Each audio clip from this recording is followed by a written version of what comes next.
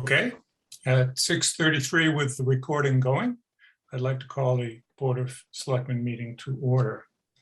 And I have no chairman's report, but I would open to any public input on items that are not on the agenda. I have my hand up, Jeff. Do you see it? I do. Sheila. Sheila Hill, 2 Running Ridge Row. Thank you. Good evening. I wrote to you July 25th, asking that the correspondence relating to the dispatch move be placed on the website. Has that been done? No, as to my knowledge, it has not been done. And Greg, you were in consultation with town council about that? So town council says it's certainly optional from your perspective. It's not something that you've done in the past with other issues, but it's something that you can decide one way or the other. Okay. That's an item that would need to be put on an agenda, Sheila. And we could put it on the agenda for next time. My own sense of it is, we'll talk about that next time. So I will make sure that we put that onto the agenda so that people are duly noted that that's what we're going to be discussing. Okay, I asked that my letter be posted. I don't see it as appearing on tonight's agenda anyway. Your letter, To you, to the board. you asked for it to be posted on the web. No, as part of the meeting record. I see you have a letter from Infinity. No. Yeah, we don't Not going to. generally post letters from residents in the correspondence section of this. So I would ask your forbearance that we go until the 16th, which is far in advance of the next public meeting. The content of your communication was about public dispatch, public safety dispatch, and that second public forum will occur shortly after Labor Day. We haven't set the date yet. Mhm. Okay. But your decision to whether or not to post it will come before that. No, we have to make that decision in public. Yes, and that will come before the forum. Yes. Yes, okay. Thank you. Okay. Yeah, Mhm, thanks. thank you. Okay. Jeff, question on that. Could you broaden that topic to communications in general, not just that specifically that come to the selectmen? I don't want to discuss the agenda at this point. We'll have an opportunity to have input on the agenda. And one aspect of that will be posting communications from town residents on the website. Fine. Okay. Thank you. I mean, we can talk about what else we want to put into that between now and then. But I don't want to get into that tonight.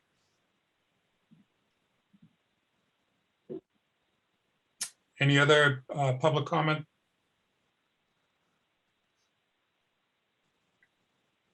Okay, so let's move on to the first item on the agenda, which is a public tree hearing. And I need a motion to open the tree hearing. So moved. Second. Okay. So moved by Ms. Jakes and seconded by Mr. Round. Roll call vote. Mr. Bowling, Yes. Mr. Round, Yes. Ms. Harrison, Yes. Ms. Jakes, Yes. and Mr. White votes yes. Okay, so we have 7 trees that we've received information on for removal. And I'm going to read off the list of trees. There is a and I'm going to read them as they're written in the hearing notice. Manchester Memorial School 30-inch oak, requested by Memorial School Project Manager. 5 Tux Point Road, 20-inch sugar maple. Jersey Lane, a 30-inch eastern white pine. And 1 Wilmington Avenue, 20-inch sugar maple. A 24-inch sugar maple in front of Sacred Heart Church. And 2 trees at Coach Field. Coach Field. 1 in the parking area and 1 along the street next to the parking area. Okay. Tom's here, the tree warden is here. Do any board members have any questions about these trees? I do, if I may. Go ahead, Becky. I wanted to know if Tom looked at the Manchester Memorial School 30-inch oak. Tom? Certainly, yeah, I did. I looked at that on an appointment with the assistant project manager, I believe it was. But anyway, yeah, I did express my concern about that particular tree, that he would get a great deal of backlash about removing such a magnificent oak tree in such great health for the sake of placing a sign adjacent to it. I think what he told me was a concrete slab would be placed there. And excuse me, I went through a little procedure today, a medical procedure. I'm hoping I can, you'll bear with me. I had a throat thing done. But anyway, yes, it does have a small basal injury in the root collar zone. There's a little bit of surface rot. I doubt that it penetrates too deeply into the core of the tree. The tree appears to be closing off, walling off that section well. If you look at the tree generally, you see it's extremely healthy, good color in its foliage, could stand a lot of a little corrective thinning and pruning. It also has a magnificent twin on the opposite side of the driveway, the same species, native red oak. And I think they make a beautiful matching pair myself. This is my opinion to you. I know my job is to basically to evaluate the tree, but I would hate to see such a fine tree removed for the sake of a sign, when the sign can easily be adjusted a few feet there. We all know this is the Memorial School. We don't need to be made aware of that entrance there at that precise location. And I would strongly support keeping that tree. Wonderful. Thank you, Tom. If I may, through the chair. Could you hold, please, just for Yes. 1 minute? I'd like to get the comments from the board first, and then I'm going to go to the public. Okay? I'm part of the design team for the Manchester Memorial. Okay, I'm sorry, I didn't understand that. You didn't introduce yourself that way. Thank you. So my name's Michelle Kreisman, and I'm part of the design team. And we put together a presentation for the board as part of this 30-inch oak tree. And I was wondering if the board would allow us to present said presentation.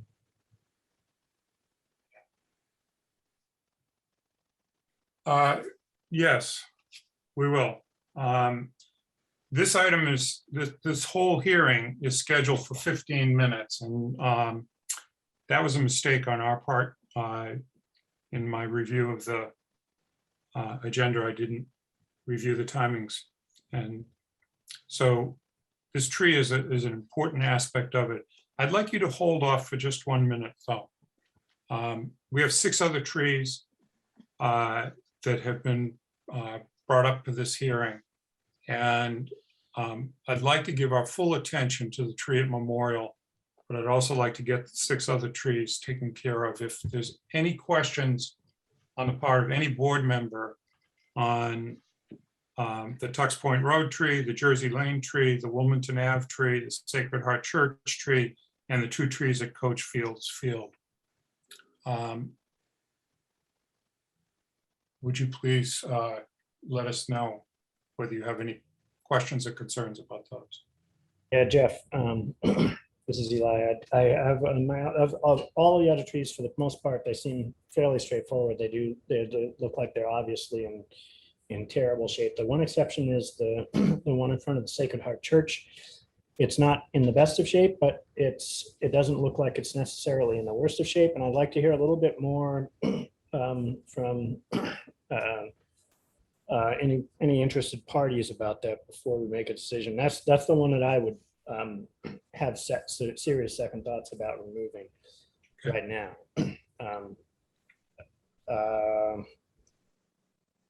The rest I'm all fine with. And if Tom Henderson could speak a little bit more about the current state of that tree, I'd appreciate it, but I'm fine with all the other trees, and barring the Memorial School tree. So Tom, would you like to elaborate on what you have to say about the Sacred Heart tree? Yes, I admire your expertise. That's the exact tree that I had a few reservations about putting on, and I put on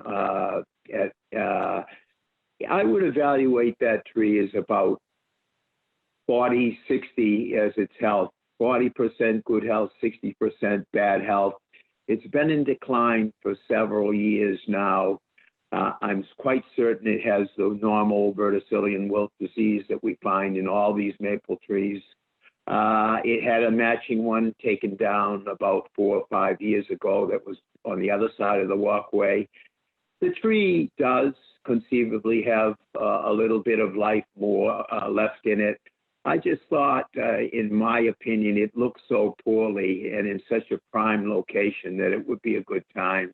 It's inevitable that that tree is going. It's subject to also the heavy salt way use on that walkway constantly. And my thing is, if the church would let us put a matching pair of trees that we feel would be more suitable and more susceptible to the conditions we're encountering in trying to grow municipal trees, now is the time to move.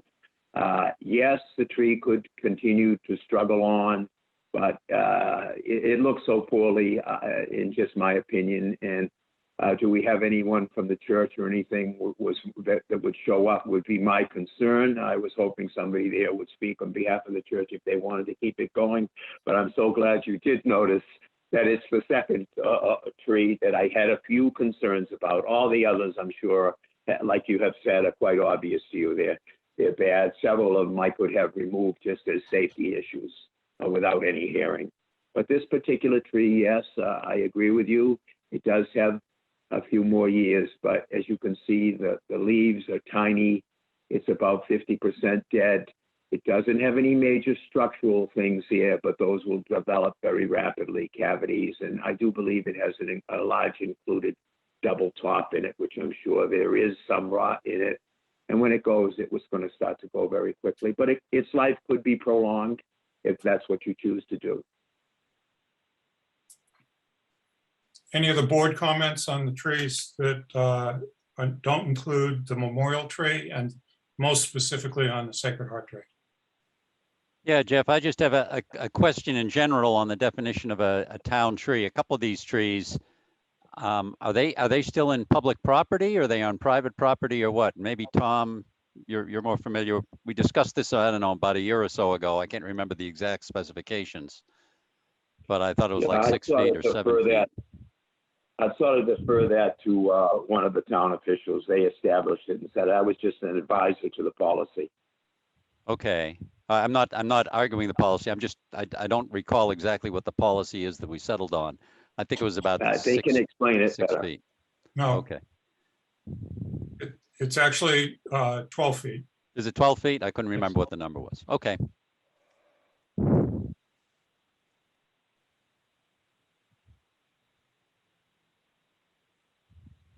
Any other comments or concerns on the Sacred Heart tree? Okay, I'm going to separate out Sacred Heart. I'm going to put together Jersey Lane, Wilmington, Tux Point Road, excuse me, and the 2 trees at Coach Field, Field, and ask for a motion. No, we'll take that motion when we come out of hearing, I'm sorry. But we will bundle them when we come out of hearing.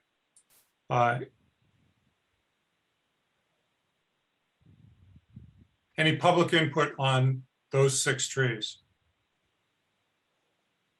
Everything except for the memorial tree. This is Peter Manassian, 5 Woodhome Road. The white pine tree on Jersey Lane has a very healthy leafed out tree that's right next to it.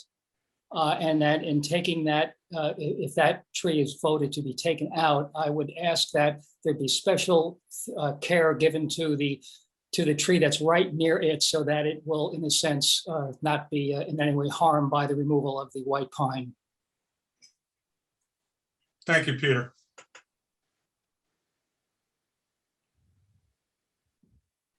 Any further public comments?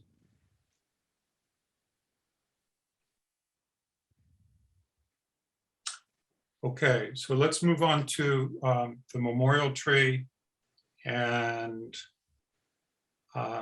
you have a presentation that you want to make. Is it a slide presentation? It is. If it's acceptable to share my screen, I'll bring it up. I'm unable to share my screen. Hold on one second. Okay. Okay, go ahead and share your screen. All right. If everyone can see my screen. So this is the proposed site. This is the new school and the parking lot and the playground. The colored lines on here are the conservation restrictions on the site. And the black rectangle is the area where the tree is. We have gone in front of conservation already for this proposed tree removal and adding of the sign and have been approved by conservation. And so we are within their buffers and kind of jurisdictional areas. We're within the 100-foot inner riparian. We're within the 100-foot wetland buffer, and we're also within the floodplain area, but we're outside of the 50-foot no build. So the proposed site plan is that we're adding a sign and some underplantings. And I believe I heard that we're not adding a concrete slab. There's going to be footings for the sign, but it's not going to be a concrete slab. And so you can see the rectangle around the sign is just the limit of the planting area. And we're proposing soil erosion controls in terms of some silt socks around the proposed work. And what you can see here is that we are within the drip edge of the tree. And this is why we're in front of the board today, because if we went ahead with the work, it would damage the tree significantly within that root zone. And so I will turn it over to Dan, who's our landscape architect, who can talk a little bit more about the tree. Yeah, thank you, Michelle. I hope you can all hear me all right. My name is Dan Soline. I am a principal at Horiichi Soline Landscape Architects and have been the consulting landscape architect on the school project. Yeah, as you can see here, the tree is a 30-inch oak. It grows about 36 inches from the pavement edge. There is no curb between or along the edge of the pavement, so nothing to control the travel or prevent, discourage travel off the pavement. And as you might be able to see here, maybe perhaps I have a closer up photo later in the show, there are wheel tracks between the the pavement and the tree, and indications on the surface of the tree that the tree has been, very likely struck, in the past. You can see there's a basal cavity, on the tree that's obvious there at the base.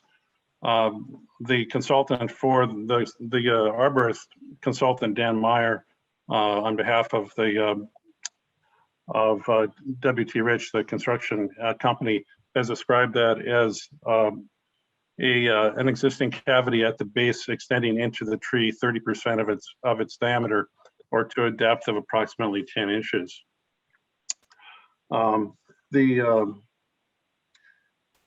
So the canopy of the tree is 40 inches or 40 feet wide. As you can see, that canopy is imbalanced. About 30 feet of the growth, or the canopy of the tree, extends into the landward, direction to the left in this photo, and about 10 feet extends towards the driveway.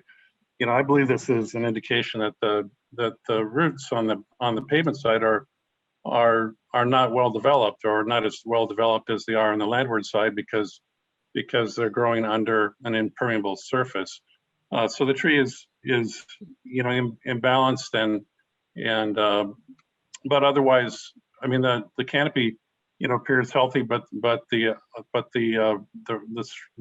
base of the tree obviously has been damaged by traffic and other mechanical work in the area.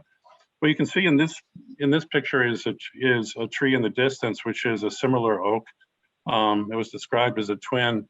If it is, it's the dominant twin. This is a tree that has much better form, no signs of damage or poor health, and I believe is a tree that would benefit from the removal of the tree in question, because there would be less competition for light and water. Also, I would say that the public would enjoy the view of the better tree in the distance, if it was not. I think, excuse me, just stop for 1 second. Yes, sir. You're starting to speculate about a lot of different things. If you can just stick to the health of the tree, that would be fine for us. Yeah. Okay. Yeah, that's fine. Well, I think I've spoken to the health of the tree. So, Michelle, why don't you carry on with the presentation? Thank you. So in these pictures, you can see this is the existing sign. So this would be pretty much the location of the proposed new sign. And in the here at the base, this is what Dan was talking about, where the roots have been run over, and the tree is starting to overtake the road. And in some of these previous photos, you can see in here the patching work. There was previous drainage work that was done in this area as part of the tennis courts and the rain garden project, where they did cut through a lot of these roots, and that coincides with the side of the tree that has the dead branches on it. So again, this is just a rendering of the sign that's being proposed in this area, and it's to match the existing high school sign. And the picture of the footings that would be under the ground, so it would be a total of 9.3 square feet of impervious area. And so when we permitted through, and then here's some, just again, competing canopy.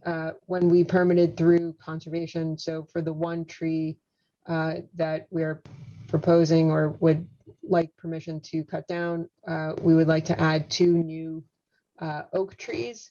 And so these are like kind oak trees. They would be set back a little bit further from the road, the existing driveway. So once these trees start to mature and to grow, they are not encountering the same problem that this oak tree is, where it's starting to overtake and go into the road, and it's affecting its health.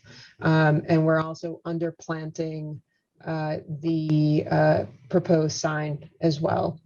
And so the trees that we're proposing, these are not 1-inch little caliper trees. They're not Home Depot specials. So these are about 3 to 3.5-inch caliper type trees. So these are fairly sizable for new trees to be planted. And that is it. Okay, thank you. Any comments or questions from the board? Yeah.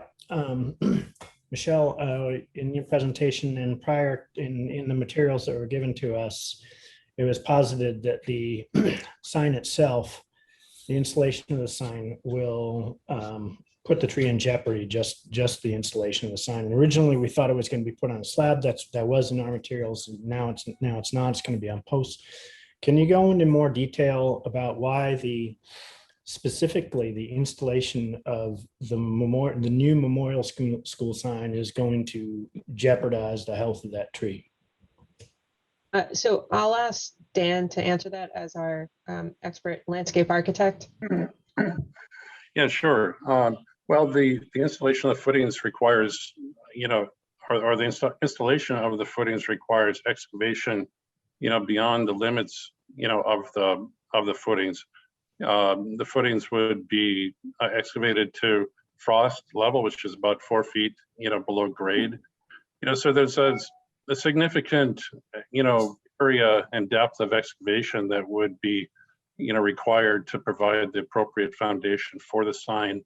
And that excavation would occur largely within the drip zone of the tree, and therefore disrupting the underlying, root system. So is that because the sign is of such a nature that it requires, from a structural standpoint, those footings, are those the size of those footings being chosen as a design element as part of this project? In other words, would it be, from a structural standpoint, feasible to put the sign that you propose on smaller footings that would allow the tree to survive?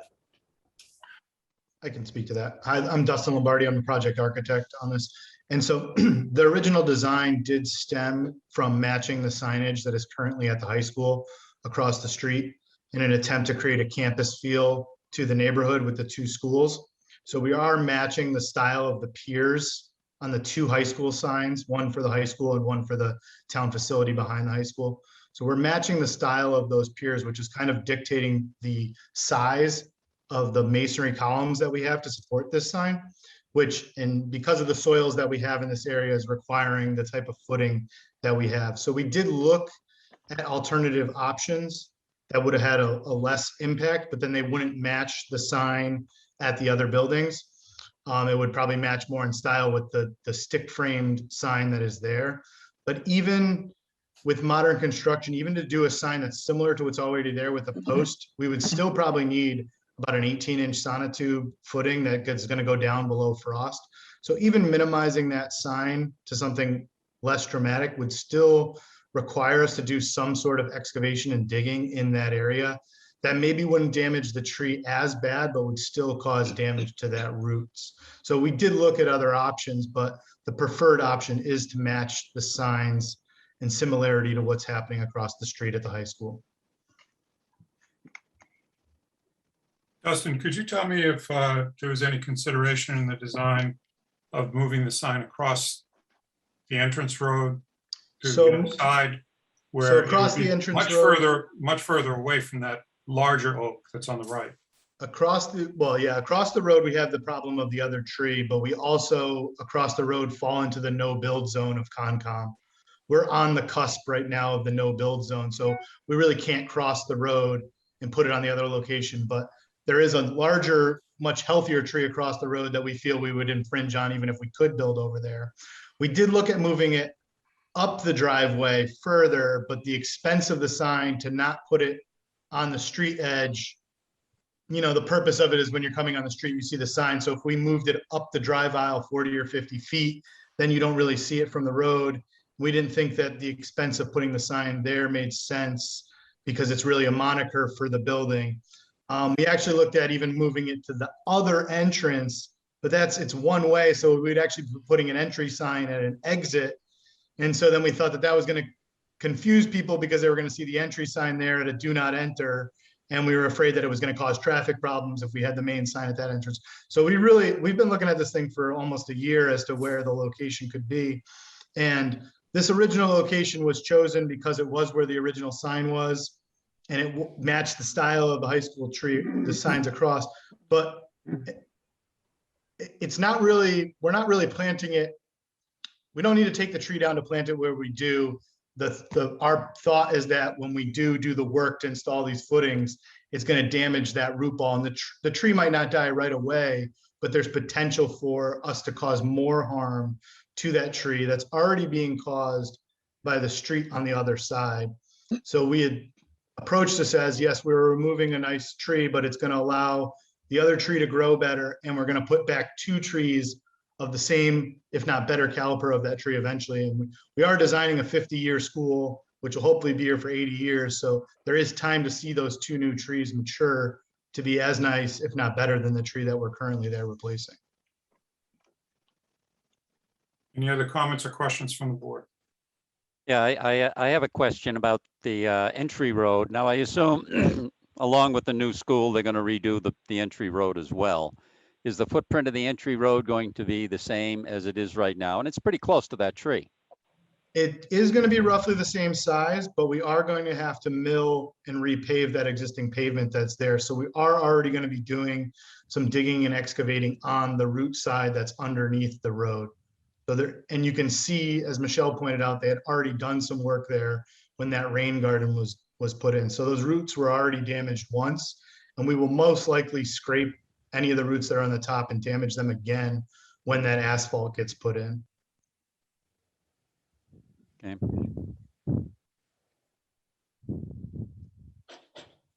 Becky, current Ann? What's the current timeline for doing this work? According to your current schedule? We would probably be cutting the tree down as soon as you tell us we can.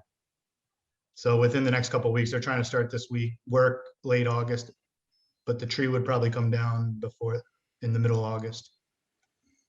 We're moving into phase 3 of the construction, which is when this sign will be put in. Jeff, if I may, Go ahead, Becky. was there any thought to moving and I'm not trying to presume that you guys haven't thought of many different options, but was it ever entertained to move the sign sort of closer to where the tennis courts are, in the middle of that field area? I know it would have to be elevated more. Was that ever entertained? We did entertain that with Concom, but they did not want us to put anything in or near the rain garden that's there. It doesn't look like a rain garden, but that is designed to retain water in a heavy rainstorm. Right. And the drainage from that actually goes through to where you saw the pavement being cut up, which is why we're limited. We're sneaking the sign in the location of where the old sign is, because there's a drainage pipe to one side, there's the rain garden behind us, and then there is the tree, which we were trying to get it far enough over to attempt to save the tree if we could. But we can't get far enough over to get out of the tree canopy because the size tree, it's about 30-foot radius around the center of that tree. So this is really in that corner. It's kind of the only location that works, with the exception of having to lose the tree. But yeah, we did look at that with them, but they didn't want us to put it in the rain garden area. Okay. Yeah. Thank you. I do have one more. Becky, Tom, I was just going to I ask. have a comment to make. They keep referring back to the drip line of the tree. There are many things that are put in the drip line. I've seen sonotube drill holes drilled. Even moving away 6 feet away from the trunk of that tree, 10 feet would be ideal. It doesn't have to be out of the zone of the drip down to allow that tree to continue to thrive. I disagree totally with that it has to be outside the drip line. And with regard to that retention basin that's put there, that's all gone and just basically gone back to nature. It was never taken care of. It wasn't a feasible project when it was put in. It's never worked. It's just basically there's an underground flow of water that comes down off Spy Rock Hill, flows underneath all that land. And that tree has encountered all sorts of obstacles and overcome them. Just because it's unbalanced on one side, we have another beautiful oak growing at the exit corner of the property in the southeast corner or northeast corner of the property that's magnificent. And just to me, it's crazy to take down one of the nicest oak trees we have in town, one of the healthiest oak trees. When a little adjustment with this sign, 6, 5, 6, 10 feet, maybe use 4 small sonotubes. The damage to the roots on those trees that far away will be insignificant. And any arborist will tell you that. Tom, can you tell me how old that you think that tree is, that the oak tree that we're talking about?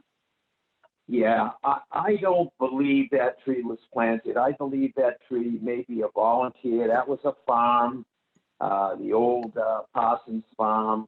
And I don't believe either of those 2 red oaks were planted. I think they're part of a group of them that were in the area on the other side of the road where the pump set. I would say approximately, if I had to guess,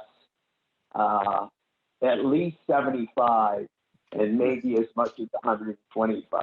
The other one is not on the other side of the roadway. It may be a little older, but I believe they're part of our old natural forested area that was in there. If you plant 4-inch oak trees, my experience in planting 4 oak trees, yes, they do look good, but 1- and 2-inch oak trees rapidly catch up and surpass the 4-inch oak trees in growth. So, and we intend to plant. The town intends to plant. I believe the Friends of the Trees has a plan to plant many trees along that strip and edge of the roadway going up there. But I just think you'd be making a terrible mistake to take that tree down, which has many, many years of life.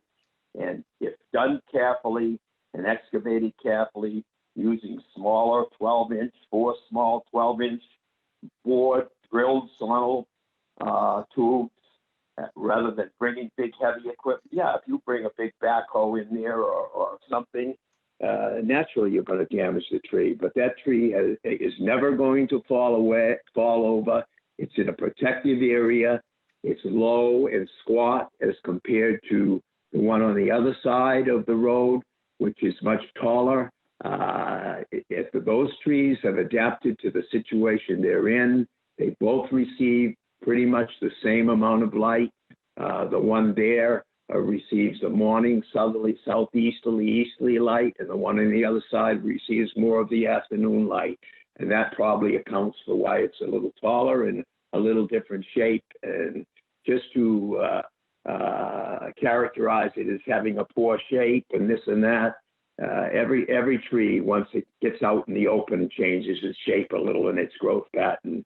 And I just believe I have 3 children that graduated from that school, and all of those large oak trees have a sentimental value to me as a human being and what they provide the environment. And rarely do I get this emotional about a tree, but I think you would be making a very, very grave mistake not adjusting a sign for the sake of taking down a beautiful, beautifully shaped, in my mind, oak tree. And beauty, as you all know, is in the mind of the beholder.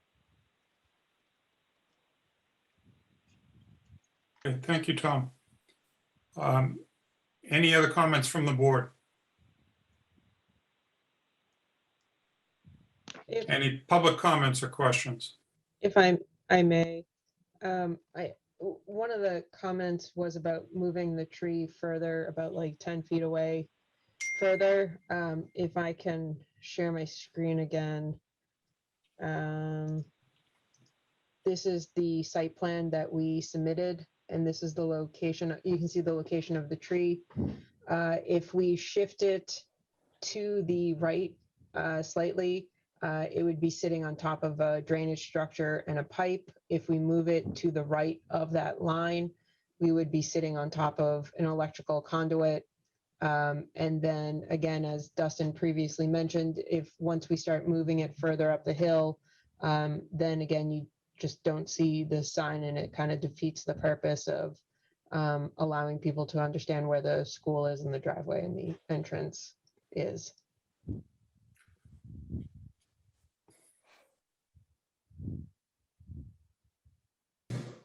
And again, you know, and there is a inlet structure to this rain garden, so it is functioning. So there's a outlet structure to it for the water that goes there. It discharges towards another drainage structure, and so we were given direction from Conservation Commission, again, that we previously permitted through and have been approved, that we are not to do work within the rain garden area.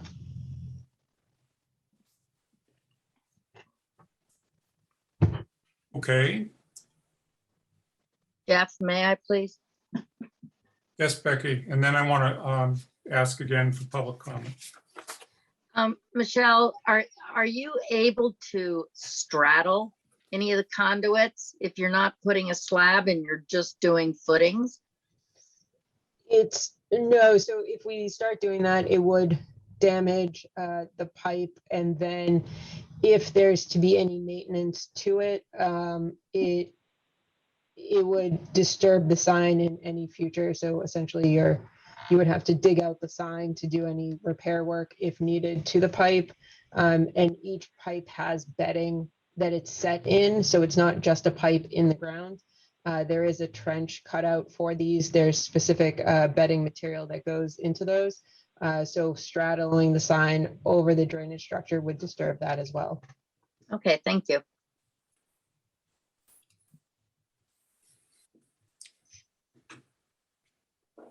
Okay, Michelle, could you take that down, please? Okay. Any public comment?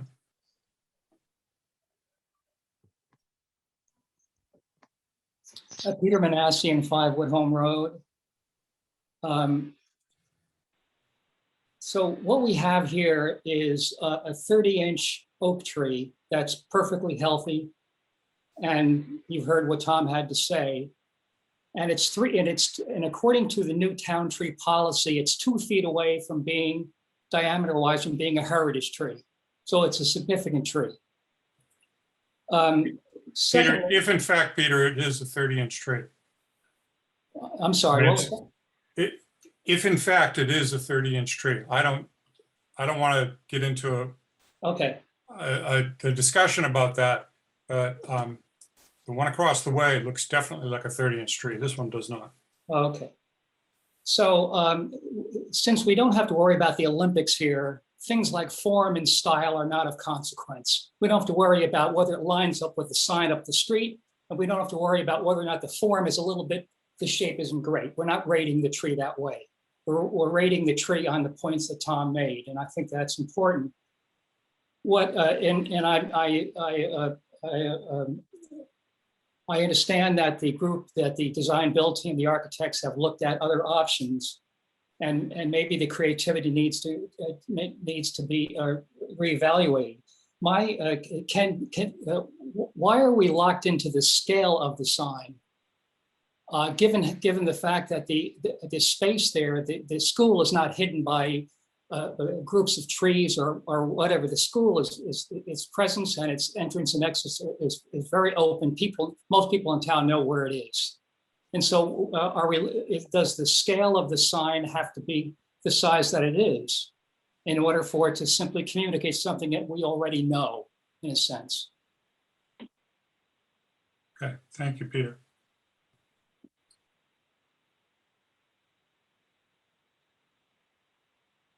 Any other public comments?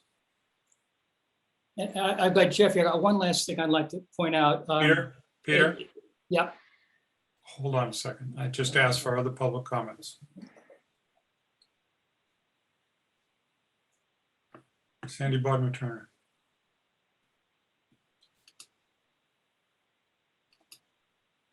I'd just like to comment. I think the thing that has struck me listening to Dustin, Michelle, and Dan's comments is there was very little,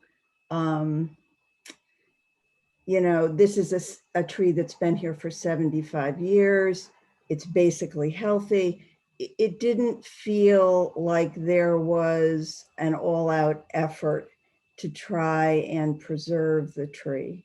And it just seems crazy to me to have something that's been there for 75 years or more be taken down because of placement issues with a sign. So, I mean, I'd like to suggest to the board that perhaps with folks who, with Tom more in the loop, maybe Friends of Trees in the loop, that there be another couple of weeks that the hearing be delayed so that there can be some attempt to try and figure out how to preserve the tree. Okay.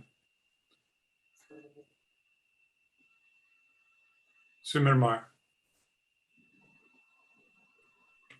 So echoing Sandy's concern and Tom's deep felt emotion about, I haven't been in town for a long period of time, but yeah, Friends of Manchester Trees would certainly like to see that tree preserved. It's a long time, but I'm listening to your other arguments and understanding that there is difficulty there. So if there's any chance of working around it, that would be greatly appreciated.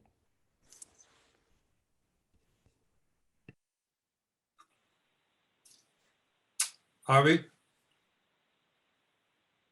Hi, everybody. I'm Avi Urbis. I'm the director of operations and finance at the school district. And I just want to thank everybody for giving us a chance to talk about this tonight. Clearly we're here to serve the community. This is a community school and we want everyone to be happy with the outcome. And that includes taking really great care of everything along the way, including this tree.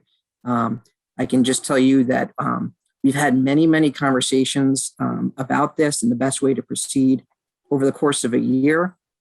I do feel like the group went through many different efforts about alternatives. And ultimately, we will work with whatever decision the board comes down with. And we completely respect the importance and the sentiment of the tree. I just want to emphasize the fact that this was not a decision that came lightly or without a lot of iterations and different angles and different looks. And I think ultimately what came down to it was knowing that we had to work with the Conservation Commission.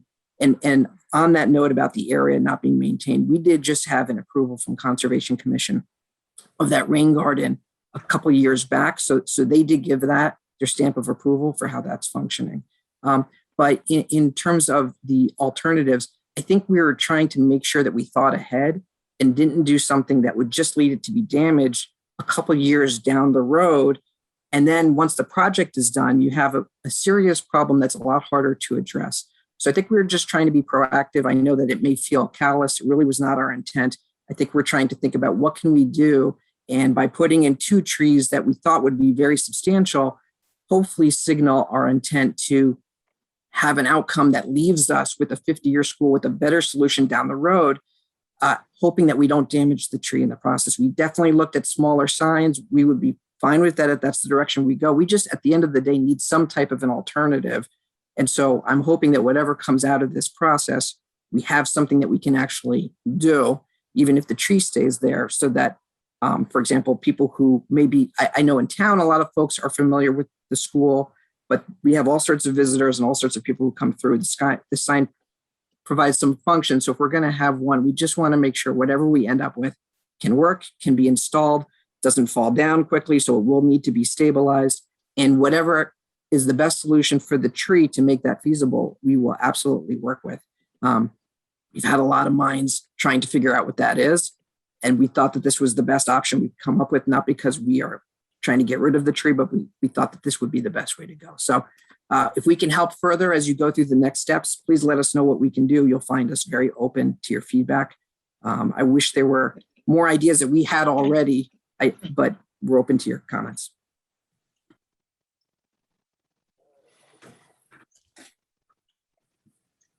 Jeff, may I ask another question? Go ahead, Eli. When the district and the building project went before Concom to talk about impingement on the rain garden with respect to the sign, was Concom aware of the issues around the tree? Was the tree discussed at Concom? Or did they not see that because it was not within their purview? So the tree is within their purview because, again, it's habitat and a resource within the inner riparian, which is 100 feet from the river, and within the wetland buffer.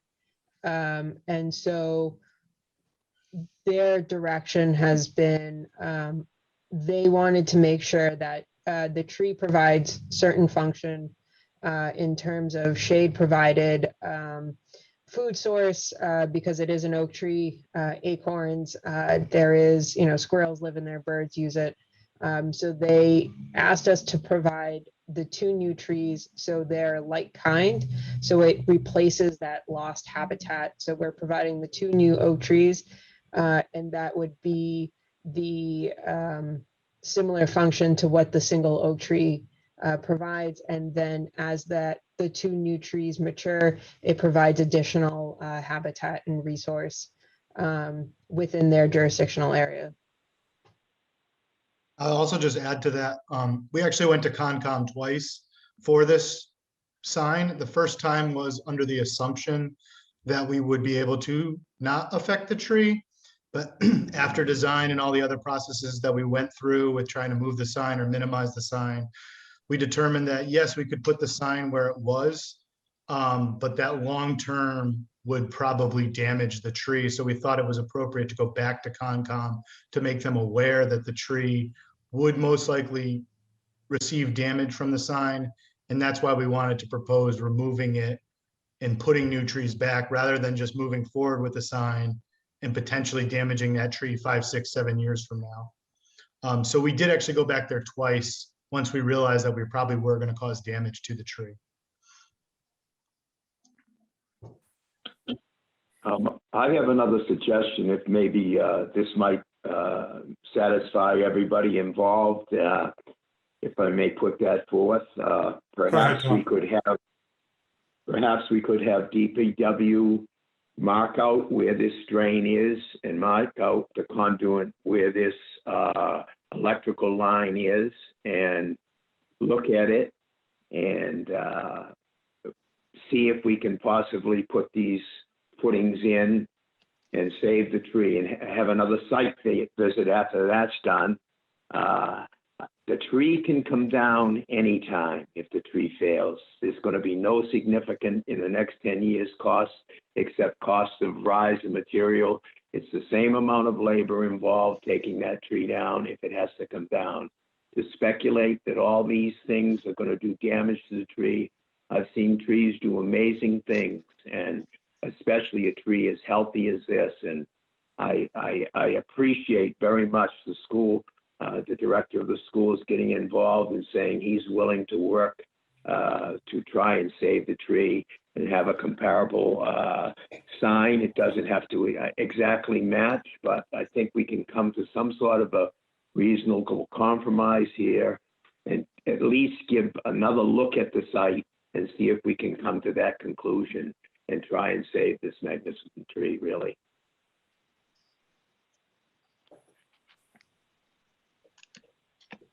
Jeffrey, it's Peter Manassian. Could we take a look at that sign again that Michelle had put up so we can see the scale of that sign? Yep, I can share my screen again. So this is the site plan. So looking down, and this is the existing sign that is there now, which is just wobbly posts. And then this is the rendering of what the sign would look like. And it's about 12 feet total from the outside post to the outside post, and it's about 4 feet high. And then again, looking down on it, this is what the footings are. The columns, they're about 2 feet by 2 feet.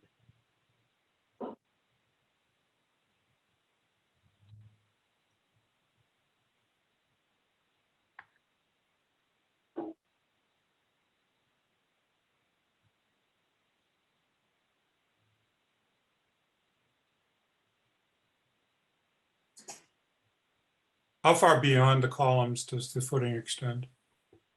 The footings are roughly 4 by 4. So a foot, That's the a dash. foot on each outside edge. Yep. Yeah, the Right. dash line that you see in there is the footing. And it's a 1 foot thick by 4 foot by 4 foot. Okay, Yeah, we feel like we might be able to get the sign in and not, and the tree could remain. The problem that we see is excavating for the footings could potentially kill a lot of its root ball. And that's basically why we're here, because we're afraid that putting the sign in is long-term going to kill this tree. Jeff, may I? yes. Looking at this from above, it looks as if the sign could actually be moved to the right further so that you're not There's a as, drain line there and a electrical conduit where is to the that? right. I don't think you can see me pointing, or can you? I can, yes. Okay, so there's a drain line coming right here. And there's Oh, an I see. electrical conduit here, running right through here. Okay. And the equipment used for digging the footings, is this an auger? What is it you use? And is there heavy equipment then that's then impacting the roots? It would be heavy equipment that they would use. They would most likely use a backhoe. I mean, we can try to direct them to, hand dig it and do it to be less damaging. That will obviously increase the cost of the work that they have to do if they have to hand dig it, but that's an option that we can look at to try to minimize the amount of heavy equipment that is used. Well, that's just it. I mean, you think about all the semis that have been rolling over the roots of those trees, all the weight, and yet they're still doing all right. And I just think to whatever we can do to minimize the damage to a spectacular tree, when trees are kind of having a bit of a rough go of it anyway. So why not pay a little bit more money to take care of what we have? Thank you. Jeff, just one last comment from Peter Manassian. As a designer myself, this looks to be a case of form trumping over function. The scale of this piece with its brick sides and so forth could easily be scaled down. The footprint could easily be scaled down and still communicate what it has to communicate, and therefore be less of an impact on the tree. But this should not be a case where form it takes over function. I have a question, if I may, for the, and that is for, again, Dustin, Michelle, Avi. Have you at any time consulted with the town tree warden, except for the one visit when he was presented with this tree will be cut down? Yes, we met with him out on site. We looked over the tree with him before we went to Concom. Is that, once? Me personally, yes, that's the one time that I met with him out on site, yes. I want to hold the conversation here because we are way over time in terms of this particular tree here. And get the sense of the board, whether you feel that you have the information that you need to make a determination tonight about this tree. Not asking you how you're going to vote, but whether you have the information that you need to vote. So from my perspective, I'm afraid I feel like I've gotten very little in the way of public feedback on this tree. Most of the people who've spoken here are board members or specifically members of Manchester Friends of the Trees. And I don't think we've had any of residents or family members, parents speak up, which I'm a little unhappy about. And that's one thing that makes me reluctant to make a decision right now. I personally could do with a little bit more feedback.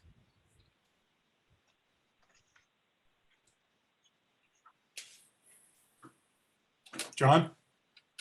Do you have the information you need to make a determination tonight? I'd like to hear, not quite, I'd like to hear a little bit more about Plan B. That is to say, Tom suggested that, hey, they don't call them mighty oaks for nothing. They have survived some challenges, and this tree certainly has. And you can probably move that tree around within the drip line, and the tree will, the odds are still pretty good. But have they got a Plan B, or is it just this particular sign and there isn't any scaled down one or slightly different one where maybe you're just going to put in dig an auger hole rather than a backhoe type of construction? Was there any thought given to another type of structure? Because if that's the case, that I think is, Okay. yeah. Okay, so you don't feel like you have the information? No, I don't in terms of a Plan B. Okay. Becky? I'm asking only whether you feel like you have the information that you need. Right. And I don't really feel I do at this point. Specifically, what do you need? I also would like to know if there's another iteration that they can come up with in that, rather than not just cutting the tree down, but in that location, mitigating any damage to the tree. Okay. And Ann? Or not any damage, but damage.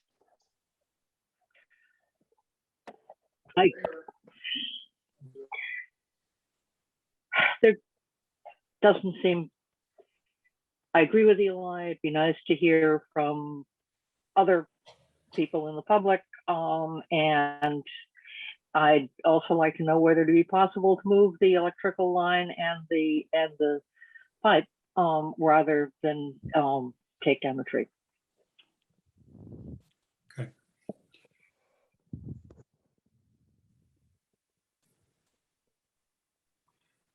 So I'm going to make a suggestion that we continue this portion of the tree hearing until our next meeting.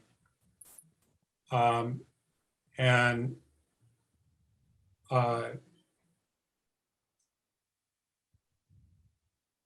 giving the public that is not part of the Board of Selectmen or Manchester Friends of the Trees an opportunity to speak.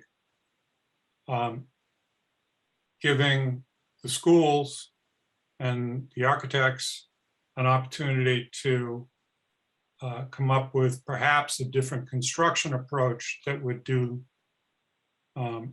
less damage than a backhoe. And what the cost of that would be.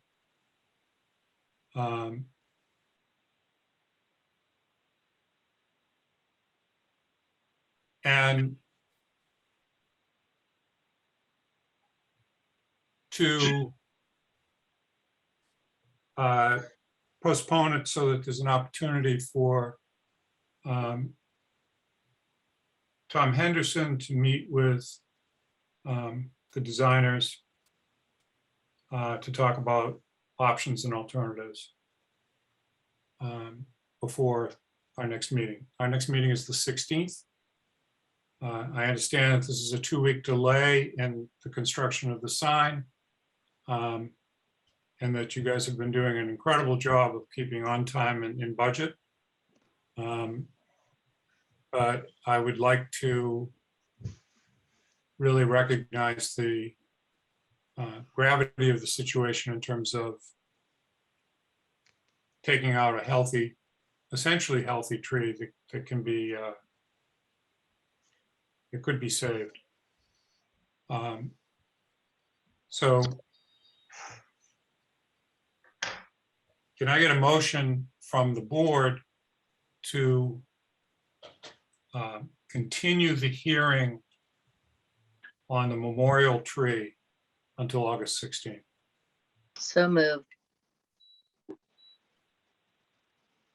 Second. Okay. I'm going to do a quick roll call on that and then go back to the other trees in the hearing. Eli, Yes. Ann, Yes. Becky, Yes. Mr. Round, Yes. Mr. Bodmer Turner votes yes. So I would like to come to a conclusion in 2 weeks as to whether or not the tree is removed. And I see both options on the table. The leanings of the board sound very much like they're leaning towards trying to retain this tree and as much as possible. So thank you for your time and thanks for the presentation.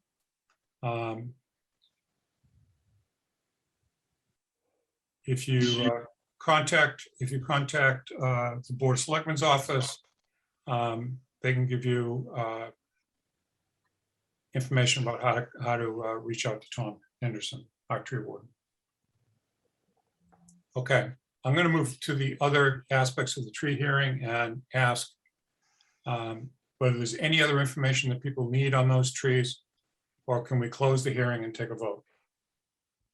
Jeff, on the one in front of this church, I actually would like to hear from the church what their position on that tree is. If nobody stood up for the church tonight, so unless we magically get that information in the next few minutes, I would suggest that we move that one into the next hearing as well. All right, so make a motion, Eli, because we don't have anybody from the church here tonight. All right, I'll make a motion that we continue the hearing for the 24-inch sugar maple in front of Sacred Heart Church, also to our August 16th meeting. Second. And a friendly amendment on that to invite commentary from Sacred Heart Church in the interim. Yep. Or at that hearing. Okay. I have a motion from Eli and a second from Ms. Jakes. Let's go to a roll call vote very quickly. Ms. Harrison. Yes. Ms. Jakes. Yes. Mr. Round. Yes. Mr. Bowling. Yes. Mr. Bodmer Turner votes yes. Finally, we have 5 other trees that Tom has described as being between 60 and 80% dead. Those would be the trees on Jersey Lane, Tux Point Road, 2 at Coach Field, and 1 on Wilmington Ave. Okay, so we need to close the tree hearing before we can vote on those trees. Motion to close the hearing On just those. on just those 4. That's 5, Thank actually, you. Becky. Becky, 5. thank you. Second. Second from Mr. Bowling. Okay, roll call vote on closing the hearing. We'll start with Ms. Jakes, Yes. Ms. Harrison, Yes. Mr. Round, Yes. Mr. Bowling, Yes. Mr. Bodmer Turner votes yes. Okay, I will, I'd like to take one vote on this, rather than go through each tree and have to go through the whole process of doing individual votes. Is there any objection to that on the board?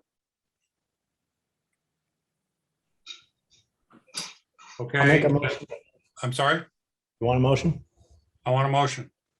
I'll make a motion that we approve the removal of a 20-inch sugar maple at 5 Tux Point Road, the 30-inch eastern white pine on Jersey Lane, the 20-inch sugar maple on 1 Wilmington Avenue, the 8-inch Norway maple in the Coachfield parking area, the 30-inch sugar maple adjacent to Coachfield playing field next to the path, with the request that for the 30-inch eastern white pine on Jersey Lane, that particular care be made to not damage the adjacent trees.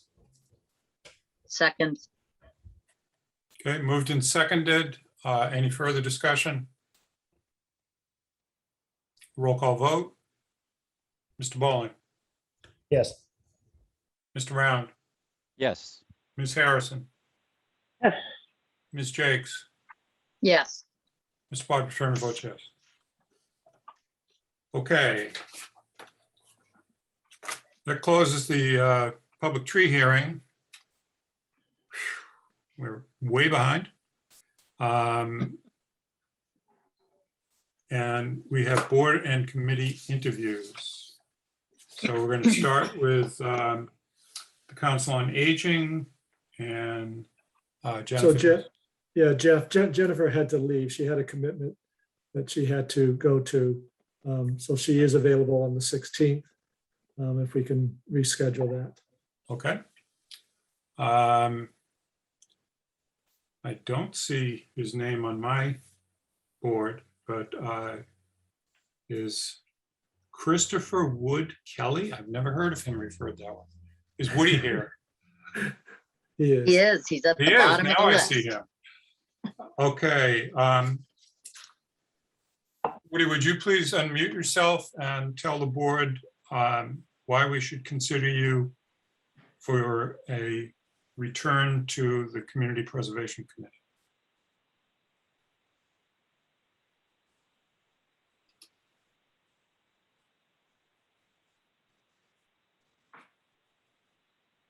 Mr. Kelly.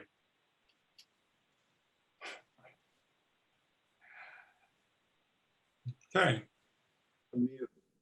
There he is.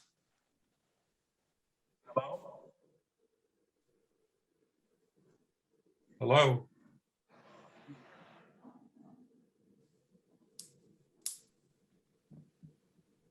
Woody, I can't hear you.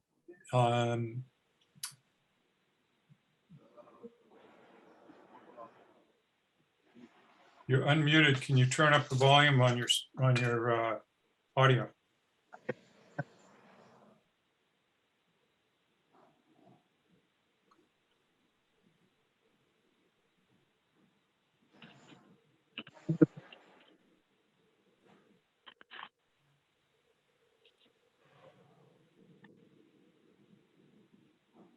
Are you speaking?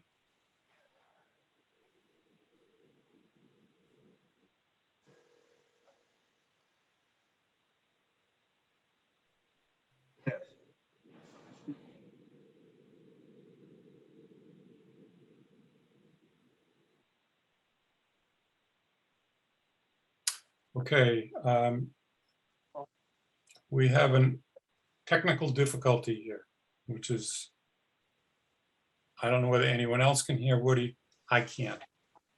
So I'm wondering if it's possible for Woody to call in.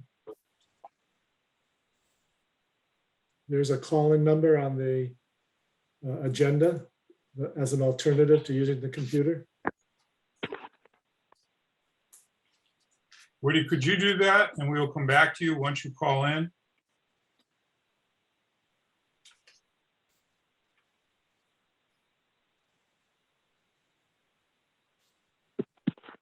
Would you be willing to call in on your phone, please?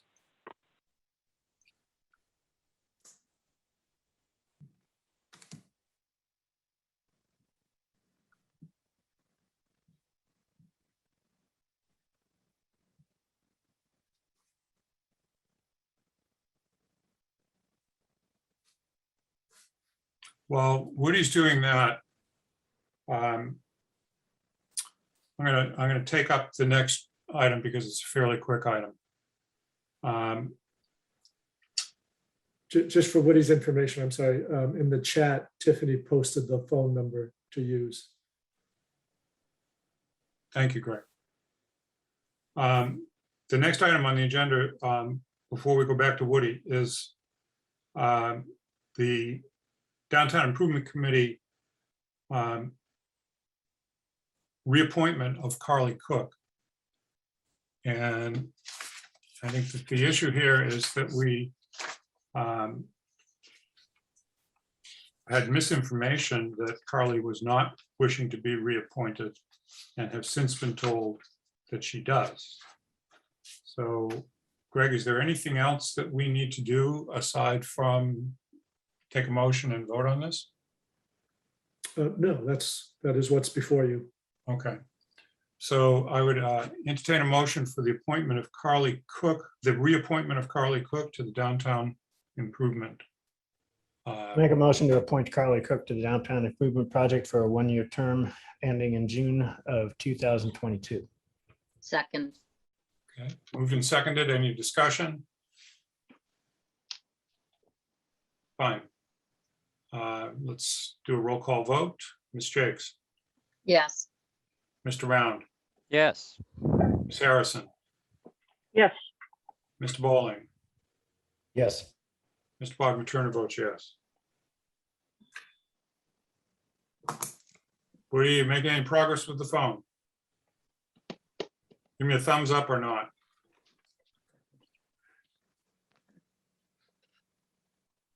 There's no additional dial-in numbers right now, so apparently not. There's no open dial numbers? There's no There's listing. no of- additional people dialed in yet, so I think the answer is no. Okay.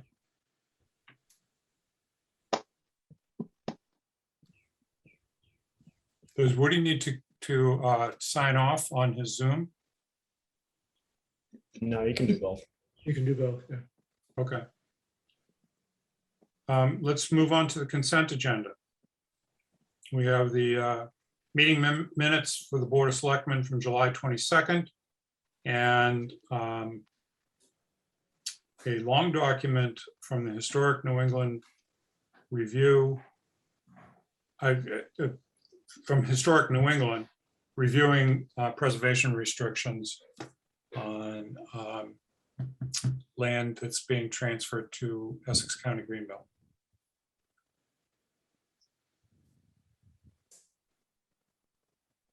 Any comments on the consent agenda?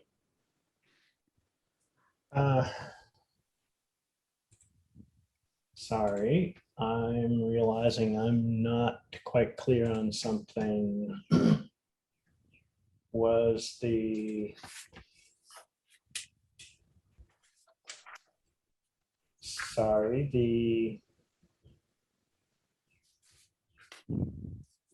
so that item on the consent agenda, is that the Coolidge Point Road item? Yes, 9 and 11 Coolidge Point Road.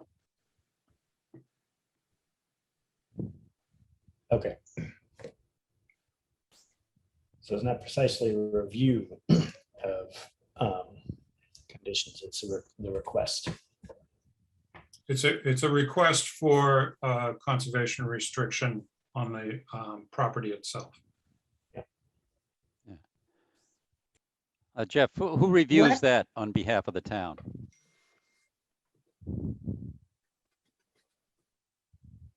Officially? Greg? Who reviews that on behalf of the town officially? Greg? Or Greg, yeah, officially, Greg, yeah, so officially you need to vote to accept it or not. So you have the Right. official duty of final yay or nay. And so we had town council take a very quick look at, we didn't ask them to Okay. do a deep dive into it. In terms of, what they're trying to preserve, but in terms of the form and template Okay. of it, it is pretty standard. And we also have some person from New England, Historic New England, Carissa Demore is on the line. So if you have other specific questions, she might be able to help. No, I just, it's a very long document, and of course, it's in areas that we don't necessarily have expertise, so that's why I asked the Right. question. Okay, thank you. If I may, I actually have a number of questions regarding this. And it might be, well, there's Woody. It might be Krista Demore that I need to ask these of. And I'll just say hello, everyone. Carissa Demore, I'm here on behalf of Historic New England. Very happy to answer any questions. Sorry, I kind of messed up your name, Carissa. Sorry. No problem. Jeff, if I may. Go ahead, Becky. Is this actually completely going to Essex County Greenbelt, or? Oh, Becky, you're muted. That sure doesn't help. Thank you. Is this going to specifically to Essex County Greenbelt? Are they definitely the grantor? No. So Historic New England is selling the property. It's on That's the what I market thought. right now. There is an existing conservation restriction on the property that is held by Essex County Greenbelt and will continue after the sale. It remains in effect. And this will be a preservation restriction. So Okay. concerned with the historic values of the property. Okay, my first, other than that, my first on page 6, 5.5, where it talks about the demolition. Why does it not include the demolition of the garage? Everywhere else in the document, the garage is included. But on 5.5, it does say that the garage may be removed at any time. That's right. That's right. It is in any of these types of restrictions, it is a balancing act between preserving historic fabric and allowing the property to be changed for future owners and have it continue to serve the needs and requirements of future owners. So recognizing that the garage is fairly standard modern construction and that likely future owners of a property of this scale will want some flexibility to expand that building and potentially add a second floor to it.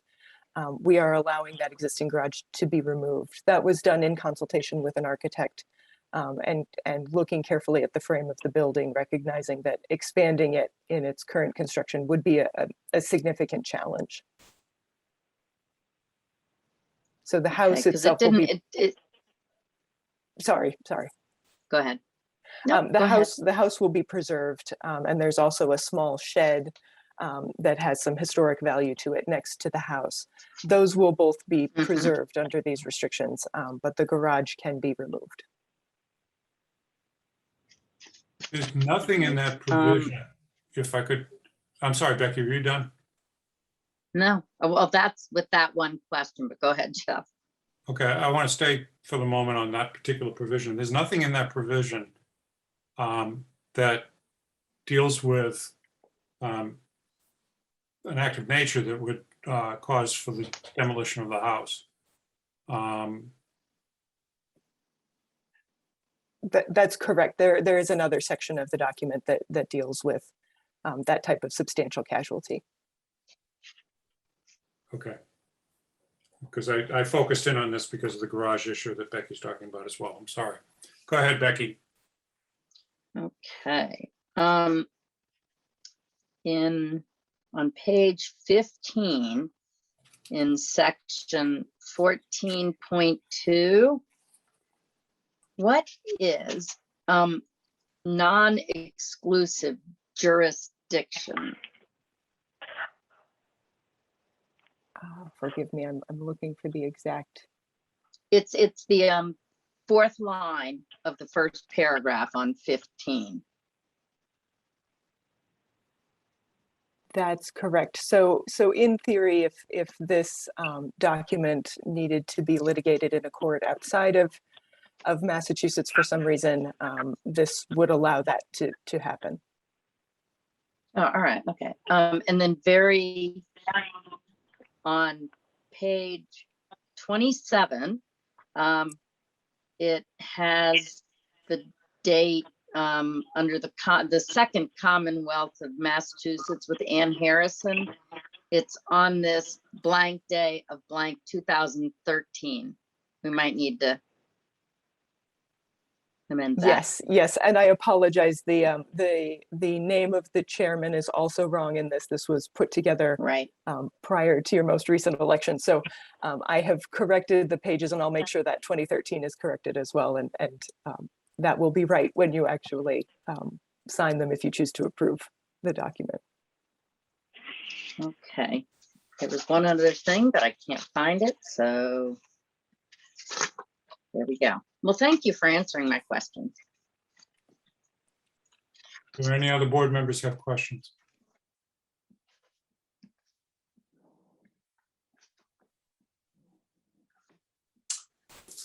A motion to accept the consent agenda.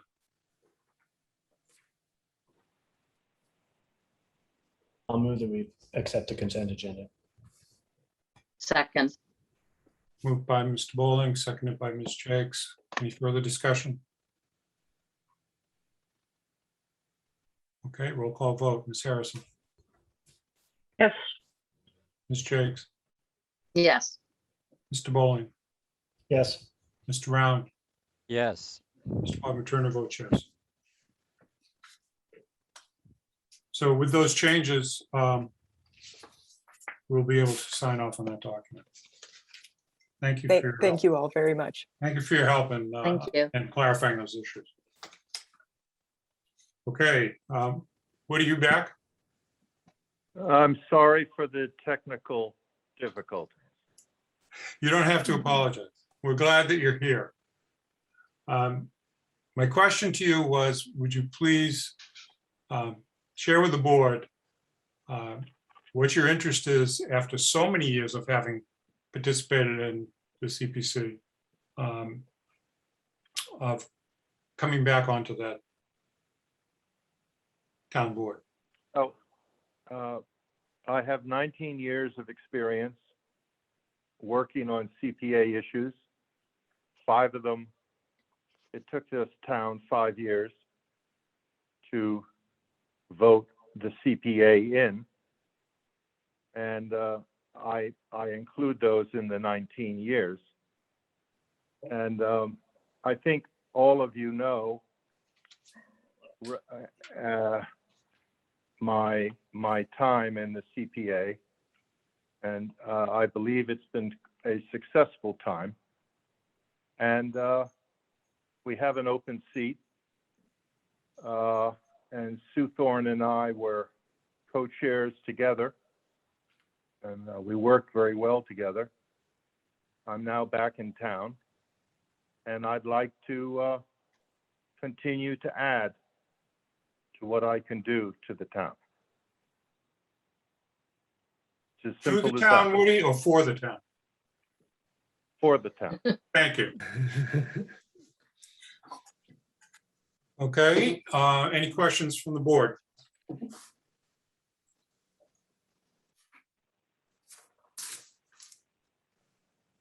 No If I ordinarily. may. Go ahead, Becky.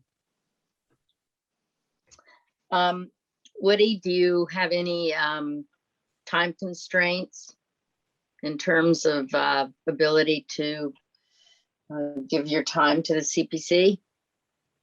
No, I understand the time it takes, and it's fine. And always, thank you very much for putting your hand up to volunteer. Really great. Thank you. Any other board members have a question for Woody? Nope. Woody's reputation precedes him. No questions needed from me.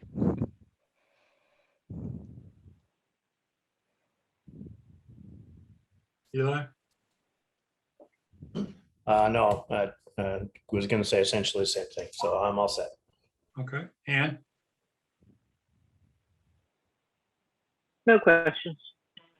Okay, so I will entertain a motion to appoint Christopher Wood Kelly to the Community Preservation Committee. Friendly amendment at large for 3-year term ending June of 2024.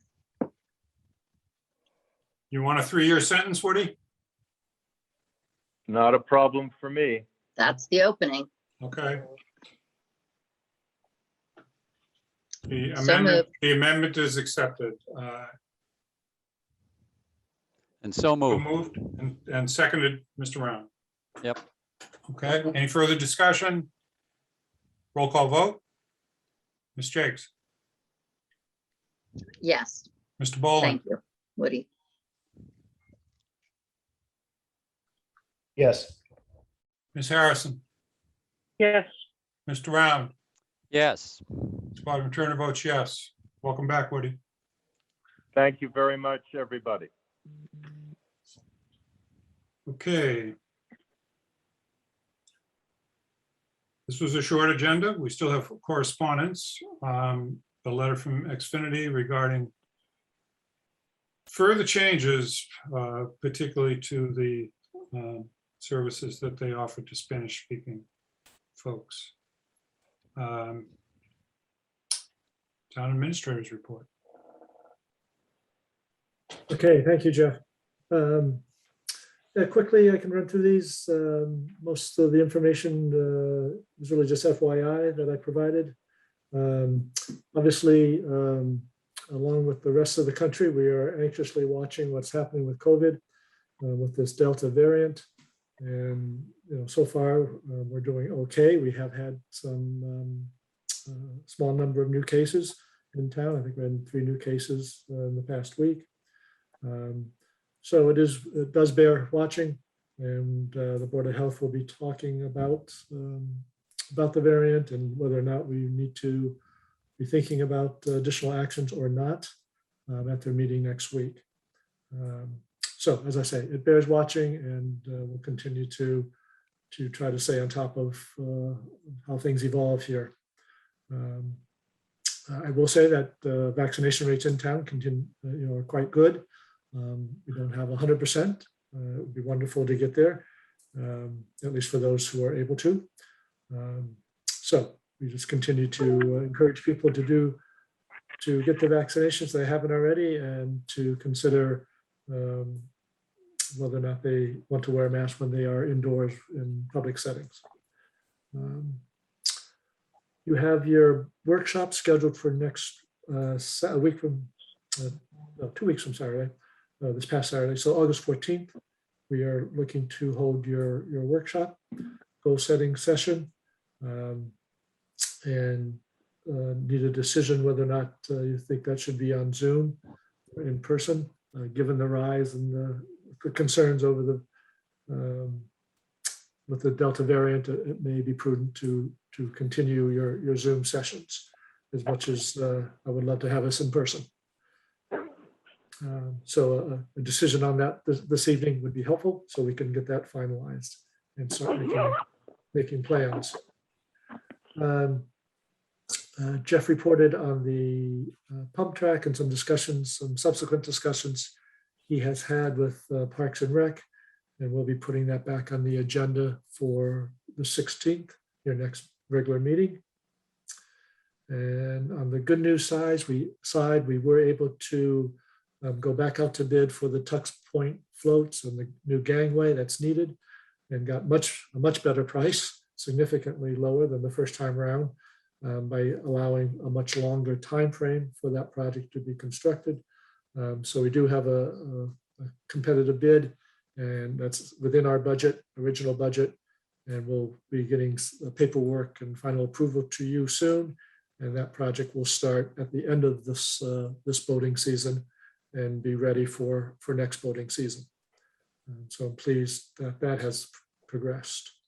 The new walkway is nearly complete with the temporary restrooms located on that stretch behind next to the sewer plant, as people can make their way from the town hall parking lot over to Beach Street. And we hope to finalize any remaining concerns that property owners may have during this week, so we can get that fully functional just as soon as possible. There were some concerns about the large event at a private home. It was scaled back this past weekend, and to such an extent where that it fell below the various permitting thresholds. But it was a reminder both to property owners and to staff to make sure we are on top of special events that may be occurring on private property. As long as they fit within certain parameters, it's okay. But if it crosses over into selling tickets and selling alcohol, et cetera, then it goes into a different category and requires additional permitting and may not be allowed at all, depending on the scope and size of the project, of the event. So we'll continue to work with the different departments and communicate the needs to the public so that they understand where those thresholds lie. And then finally, we did receive a response from the Attorney General's office concerning an open meeting law complaint. It involved the ZBA and the Conservation Commission. So what happened? There are two things that the Attorney General pointed out for us to make sure we are vigilant about. One is when scheduling meetings, so board members can go back and forth with emails on scheduling concerns. In this particular case, one of the ZBA members also opined a bit about his feelings about a project, in addition to confirming whether or not he can make a particular site visit. And so the Attorney General flagged that as not being consistent with the letter of the law. And we will be making those emails that were exchanged public so that people can see exactly what transpired. But I think people will be pretty comfortable that it was a pretty honest mistake. The other issue that the Attorney General raised, there are a couple, maybe 3 sets of minutes that did not include in the AG's eyes sufficient detail about the discussion that took place. So again, we'll be revising those minutes and adding that additional detail as corrective action per the AG's letter. So a good reminder to all of us that we need to make sure we are always mindful of the details of the open meeting law and that we make sure that we're in full compliance. So with that, Jeff, I can turn it back to you. Okay, so we do need to make a decision about meeting in person or on Zoom for the board workshop on Saturday, August 14th. I don't want to get into a big discussion about that. If people have concerns one way or the other, I'd like you to voice them now, and let's come up with an agreement that that's which way we're going to be doing that meeting. I think we could do that one in person. Personally, we have generally in the past, but I'm neutral. I'll do whatever the rest of the board wants to do. Same. Yeah, and I'm okay either way. I'm okay in person.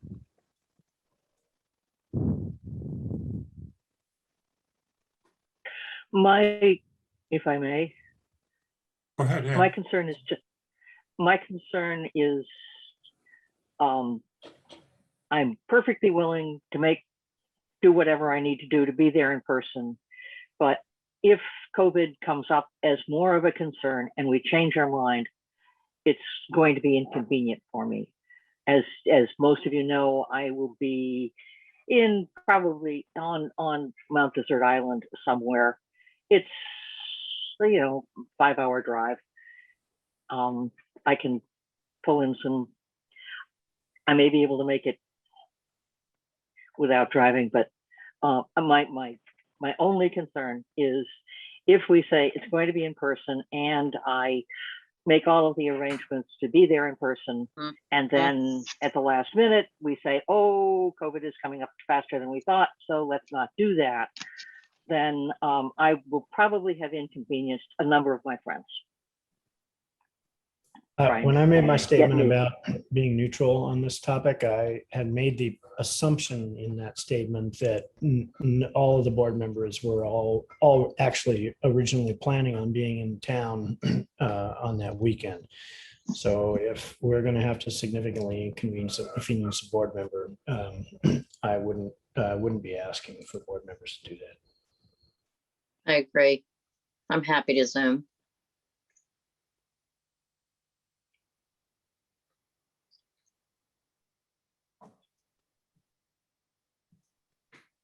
John? I'm okay Zooming if that's the case. And that is an inconvenience. 5 hours down, 5 hours back. That's a big deal. It's also amazingly inconvenient to rent a car on Mount Desert. Yeah, no, that's not reasonable. Okay, so it seems like the consensus is to do it as a Zoom meeting. I would also support that, given that we're trying to contain the boards from holding in-person meetings until the hybrid setup is in place. And Greg told me today that that's still scheduled for later this month, towards the end of the month. So that meeting will be a Zoom meeting. In terms Thank you of, very much. okay, you're welcome, man. In terms of a couple of the other items, you all received an email from me that I had asked Max Warnick to hold off on doing any site construction or materials acquisition until the 16th. I should have said until after the 16th. And I'll clarify that to him in another email. I was not trying to go against the vote of the board, but the concerns that were raised by the Park and Rec Committee and Cheryl Marshall were such that I felt like the board needed to hear those concerns and then make a decision about whether there would be a vote for reconsideration. So it was basically putting Max on pause for 2 weeks, and I will inform him of what those concerns are so he can be prepared to answer to them, or answer them from his point of view on August 16th. And in terms of COVID, I've been approached by some members of the board, as well as we've all received emails from a few people, at least in town, about considering restaurant reopening and other actions. I had said that I wanted to defer to the recommendations of the Board of Health, but we have a problem, which is that the Board of Health is not meeting until August 12th. And our agenda needs to be published before they meet. So I'm going to recommend that we have a COVID update with, I don't know how specific it'll be, but a COVID update put on the agenda for the 16th. If it's broad enough, we can address concerns about what comes out of the Board of Health, and perhaps also address concerns about dining issues and parking issues. Okay? Jeff, So- may I? Yep.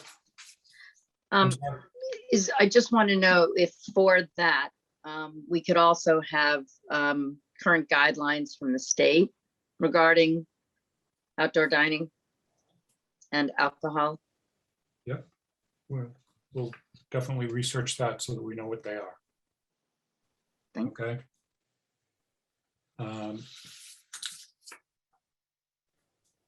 Those were other matters that were not reasonably anticipated by the chair when the agenda was published.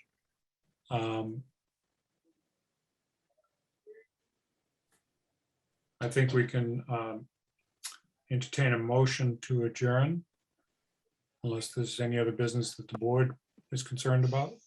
A Do we have motion to executive? adjourn to executive session under Mass General Law, Chapter 30A, Section 21A2, to conduct strategy sessions in preparation for union negotiations. So moved. Second.